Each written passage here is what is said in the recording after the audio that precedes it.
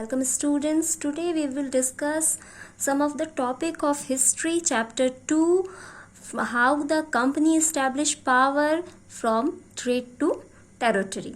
Previously we have already discussed that how company expand their territory and with their diplomatic policies like subsidiary alliance and residential policies, and as per their need to expansion of territory, they also fought some of the battles like Battle of Palasi and War of Mysore, which is the Anglo-Mysore War, in which they defeated the Tipu Sultan and control over the Mysore, which was the vast trading center of southern India. Now we have discussed the war with Marathas. ये वही Maratha power है जिन्होंने टीपू सुल्तान के against Britishers का साथ दिया था, जिसकी वजह से टीपू सुल्तान जो था फोर्थ एंग्लो मैसूर वॉर पूरी तरह से हार जाता है. ब्रिटिशर्स ये बहुत अच्छे से जानते थे कि after the Mughals only the Marathas were a supreme power in India, यानी मराठास जो थे वो काफ़ी पावरफुल थे. So that the Britishers also considered the Marathas a threat. The Maratha were also divided. अब क्या था कि ये जो मराठा पावर थी ये ऑलमोस्ट सेंट्रल इंडिया में फैली हुई थी, यानी मध्य प्रदेश, गुजरात से लेकर महाराष्ट्र तक, और ये 4 डायनेस्टीज में डिवाइडेड थी, which is the Sindhya, Holkar, Gaikwad and Bhosle. Suppose that there is a 4 kingdom of Marathas, Sindhya, Holkar, Gaikwad and Bhosale, और ये जो चारों थे इन चारों के ऊपर एक सुप्रीम कंट्रोल होता था जिसको पेशवा के नाम से जाना जाता था. They were work together in confederacy under the control of Peshwa who was the principal minister of Marathas. तो अब ये जो प्रिंसिपल मिनिस्टर थे और ये जो पेशवा थे ये कहाँ होते थे? पुणे में. ब्रिटिशर्स जो कि अपने नेचर से काफ़ी चालाक थे और वो अच्छे से जानते थे कि वो मराठास को हरा नहीं सकते हैं, तो उन्होंने क्या किया? वेट किया. उन्होंने देखा कि मराठास के बीच काफ़ी सारी कॉन्फ्लिक्ट है, यानी वो आपस में ही उनके बहुत सारे प्रॉब्लम्स हैं जिनकी वजह से उनके बीच आपस में झगड़े भी होते रहते हैं, और उसका फ़ायदा उठाकर मराठास पे अटैक किया. और ब्रिटिश और मराठा के बीच 3 वॉर हुए जिनको 3 एंग्लो मराठा वॉर के नाम से जाना जाता है. The first war which is ended in 1782 with a treaty of Salbai, यानी जो पहला वॉर था वो 1782 में खत्म हुआ. किसकी ट्रीटी के साथ? एक समझौता हुआ ब्रिटिश और मराठास के बीच, जो कि जाना जाता है ट्रीटी ऑफ सालबाई के नाम से. अब ये ट्रीटी ऑफ सालबाई क्या है? इस वॉर में किसी की कोई क्लियर विक्ट्री नहीं हुई. कोई भी पता नहीं चला कि मराठास जीत रहे हैं या ब्रिटिशर्स जीत रहे हैं. तो दोनों ही ने क्या किया? आपस में ये वॉर ड्रॉ हो गया और इन दोनों के बीच एक ट्रीटी करवा दी गई जिसका नाम था ट्रीटी ऑफ सालबाई. अब इस ट्रीटी में कहा क्या गया? इस ट्रीटी में कहा गया कि आने वाले 20 सालों तक ना तो मराठास ब्रिटिश पे अटैक करेंगे और ना ब्रिटिश मराठास पे अटैक करेंगे. अब यहाँ फिर भी ब्रिटिशर्स ने अपनी चालाकी दिखा दी कि अब इन्होंने 20 साल मांग लिया. 20 साल में इन्होंने सोचा कि ये अपनी पावर को काफ़ी स्ट्रांग कर लेंगे, ये मजबूत बन जाएंगे और फिर मराठास पे अटैक करेंगे. और वही हुआ. The second Anglo Maratha war went on 1803 to 1805. अब क्या था? इस टाइम ब्रिटिश और पावरफुल बनकर उभरे और इसका रिजल्ट क्या हुआ?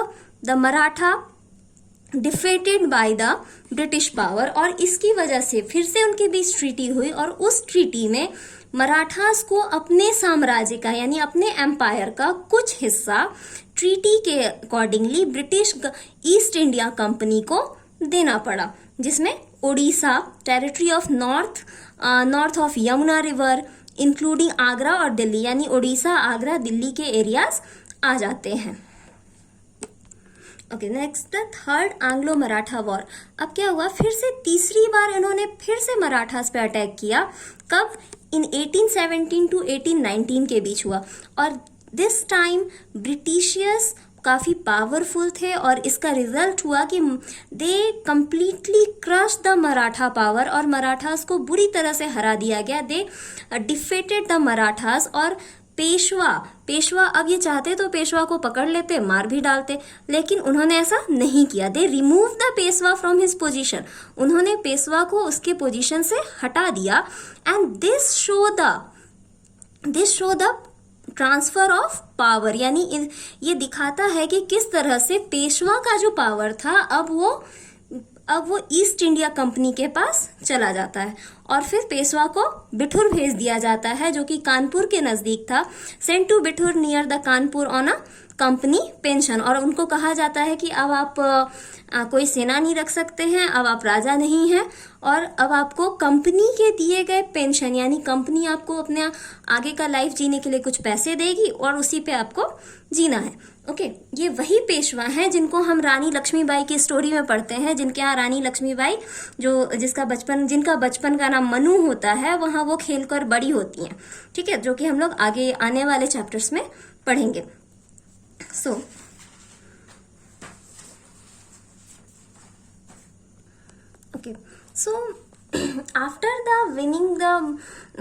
after winning the territories of Marathas, Britishers again started their different kind of policy to annexate the Indian states.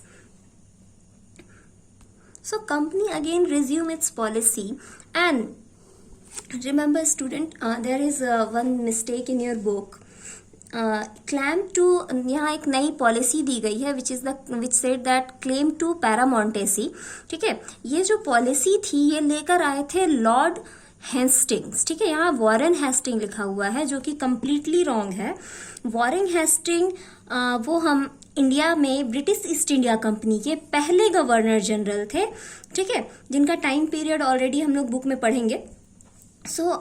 यहाँ पे जो हेस्टिंग है, इनका नाम फ्रांसिस राउडॉन हेस्टिंग था। ठीक है, और ये गवर्नर जनरल थे इंडिया में 1813 से 1823 तक। और इन्होंने एक नई पॉलिसी को प्रोपगेट किया, इंट्रोड्यूस किया इंडिया में, which is known as the policy of paramountcy. अब जैसा कि वर्ड से पता चलता है, पैरामोंटेसी जिसका मतलब होता है सुप्रीम, यानी ब्रिटिशियर्स ने यहाँ डिक्लेयर कर दिया कि जो ईस्ट इंडिया कंपनी है वो सबसे, इंडिया में जितनी भी पावर्स हैं, जितनी भी गवर्नमेंट है, सबसे वो क्या है, सुप्रीम है। और under this the company claim that authority and power was greater than the Indian state, यानी इसलिए क्योंकि वो सबसे सुप्रीम है, इसलिए उनकी ऑथोरिटी, उनकी पावर जो है इंडियन स्टेट से भी ऊपर है। सो दैट, इसलिए वो क्या कर सकते हैं, इट कुड एनेक्सेट और threaten to annex any Indian kingdom. इसलिए वो इंडिया के किसी भी स्टेट को एनेक्सेट करके ब्रिटिश ईस्ट इंडिया एम्पायर में मिला सकते हैं या उनको थ्रेटन दे सकते हैं, if it was in its interest, यानी अगर वो कंपनी के इंटरेस्ट में, कंपनी के ट्रेडिंग इंटरेस्ट में आता है, कंपनी के ट्रेड के लिए फायदेमंद है, तो वो किसी भी स्टेट को अपने फायदे के लिए ब्रिटिश ईस्ट इंडिया कंपनी में मिला सकते हैं। और इसकी वजह से this led to several conflict, और इसकी वजह से काफ़ी ज़्यादा कॉन्फ्लिक्ट आई। अब देखो, इन्होंने बैटल ऑफ पलासी जीत लिया, बैटल ऑफ बक्सर को जीत लिया, उसके बाद टीपू सुल्तान से उनका किंगडम भी ले लिया, मैसूर पे भी इनको मैसूर पे भी इनको विजय मिल गई। उसके बाद फिर मराठास को भी हरा दिया। लेकिन यहाँ पे क्या था कि जो कॉमन लोग थे वो तो अपने राजाओं को ही अपना एडमिनिस्ट्रेटर मानते थे। तो कॉमन लोग जो थे वो ब्रिटिशर्स को हमेशा आउटसाइडर मानते थे, तो वो कभी उनको एक्सेप्ट नहीं करते थे, जिसकी वजह से यहाँ काफ़ी सारा कॉन्फ्लिक्ट देखने को मिलता है, जिसमें बहुत ही फेमस कॉन्फ्लिक्ट आता है रानी चन्नम्मा का। रानी चन्नम्मा जो कि कर्नाटक से बिलोंग करती थी, इन्होंने ब्रिटिश की एंटी ब्रिटिश रेसिडेंस, यानी ये जो पॉलिसी थी किसी भी स्टेट को कभी भी अपनी मर्जी से अपनी मर्जी से एनेक्सेट करने की जो पॉलिसी थी, इसको कित्तूर में, यानी उनका जो राज्य था कित्तूर, वहां पे कित्तूर कर्नाटका में इसका काफी ज्यादा विरोध किया और इसकी वजह से उन्हें क्या किया गया, शी वॉज अरेस्टेड इन 1824 में उनको अरेस्ट कर लिया गया। लेकिन उनके जो सेनापति थे, यानी उनके जो आर्मी चीफ थे संगोली रायना, इन्होंने गोरिल्ला वॉर टेक्निक को स्टार्ट रखा, बार बार इन ब्रिटिशर्स पे अटैक करते रहे। इन्होंने काफी सारे ब्रिटिश कैंप को तबाह कर दिया। देखो, he succeed in destroy many British camps and record eventually he was caught and hanged by the British in 1830, और बाद में उन्हें पकड़ लिया गया और फांसी की सजा दे दी गई। अब ये तो थी पॉलिसी ऑफ पैरामोंटेसी, लेकिन अब क्या था कि इंडिया के बाहरी भागों में, यानी if we have seen the map of India,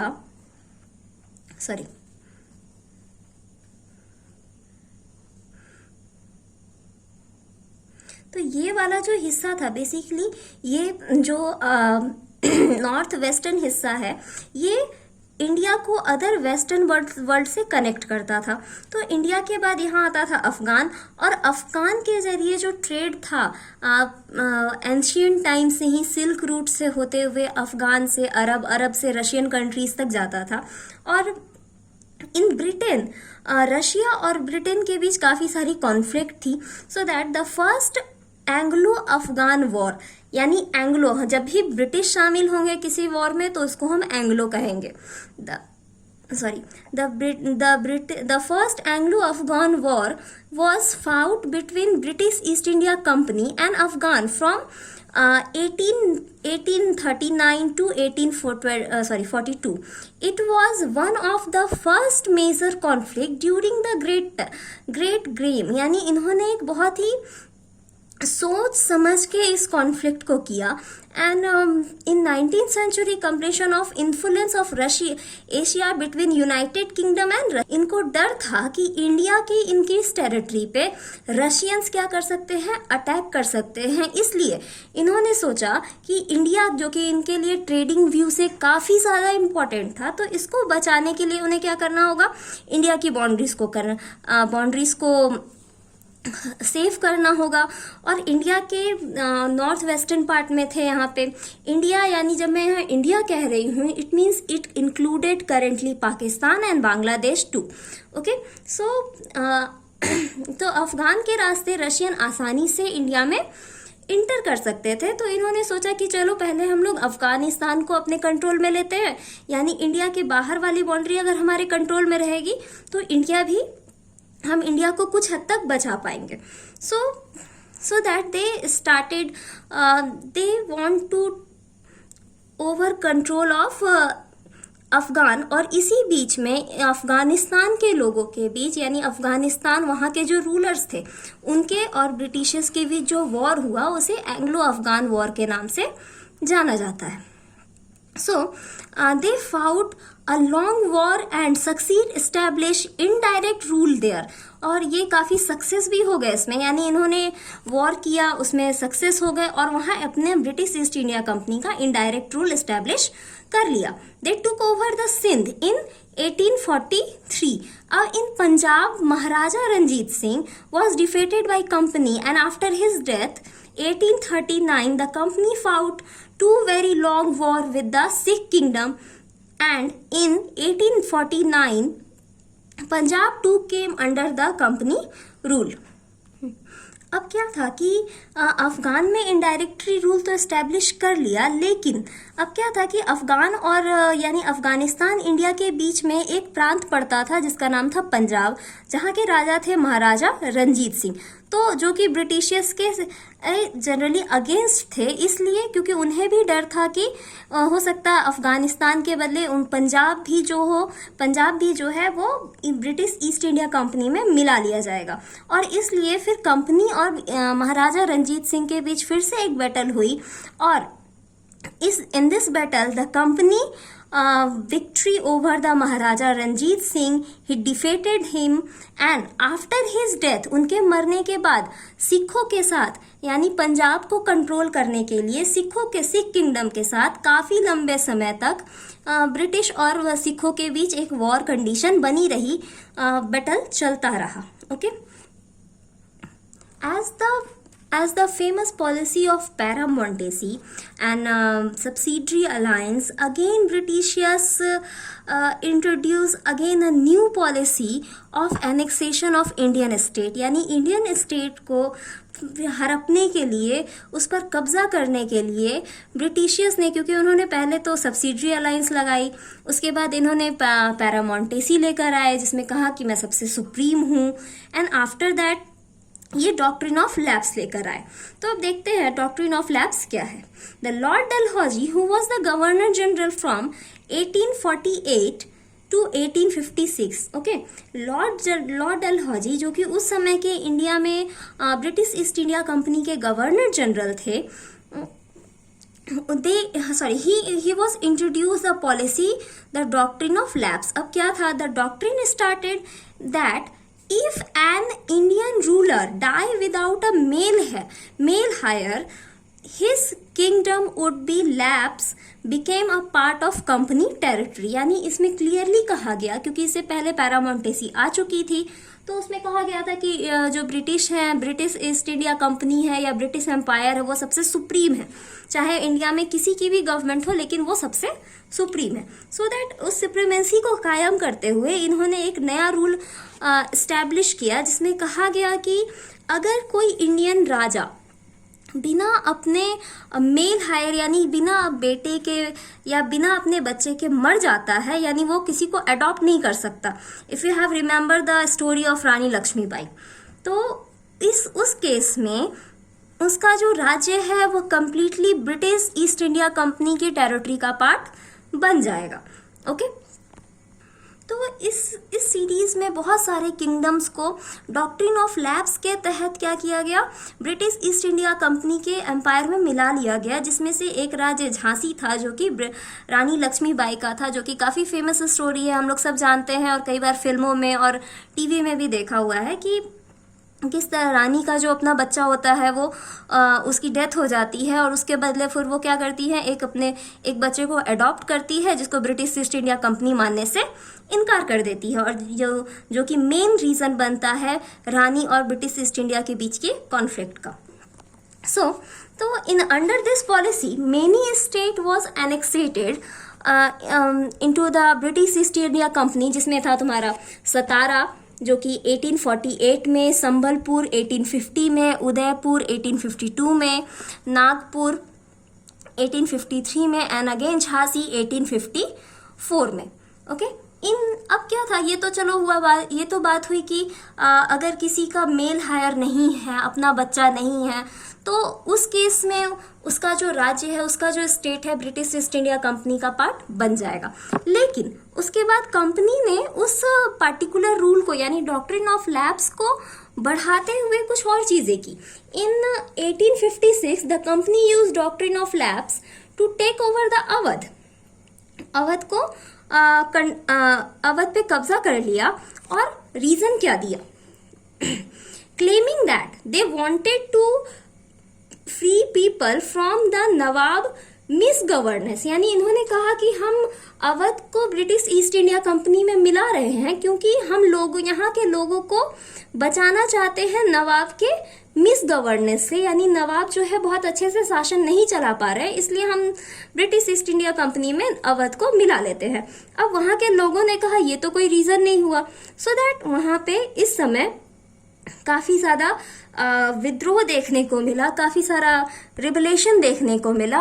and इसी समय इन 1857, जो कि हम लोग ऑलरेडी रिवॉल्ट ऑफ 1857 में आगे वाले चैप्टर्स में पढ़ेंगे, द स्पॉय रेवोल्यूशन हुआ. यानी स्पॉय जो कि जो मिलिट्रीज थी, यानी जो इंडियन लोगों को जो मिलिट्री में रिक्रूट किया गया था, तो उन स्पॉयज ने क्या किया, विद्रोह कर दिया, कंपनी के अगेंस्ट रिवॉल्ट कर दिया. क्यों कर दिया, there is a rumour okay, there is a rumour about a cartridge, मतलब बंदूक की एक कार्टेज के ऊपर काफी बातें हुई, जिसमें कहा गया कि एक नया कार्टेज इंट्रोड्यूस हुआ है और उसके पेपर को बाइट करना पड़ता है, यानी मुंह से, अपनी मुंह की हेल्प से, यानी दांतों की हेल्प से उसे फाड़ना पड़ता है, और वो जो पेपर है वो ग्रीस्ड है with the animal fat, generally namely beef और पॉक, यानी काऊ और पिग के फैट से उसको ग्रीस किया गया है, जो कि कंप्लीटली अनएक्सेप्टेबल था by the both soldier, Hindu और मुस्लिम, यानी ये उनकी रिलीजियस बिलीफ के अगेंस्ट था, जिसमें हिंदू और मुस्लिम दोनों ही उसका यूज करने को तैयार नहीं थे। और इसको लेकर which is the immediate cause of revolt of 1857, which we will study in coming chapters. Okay, so today you have to complete MCQ of this chapter as a homework. Okay.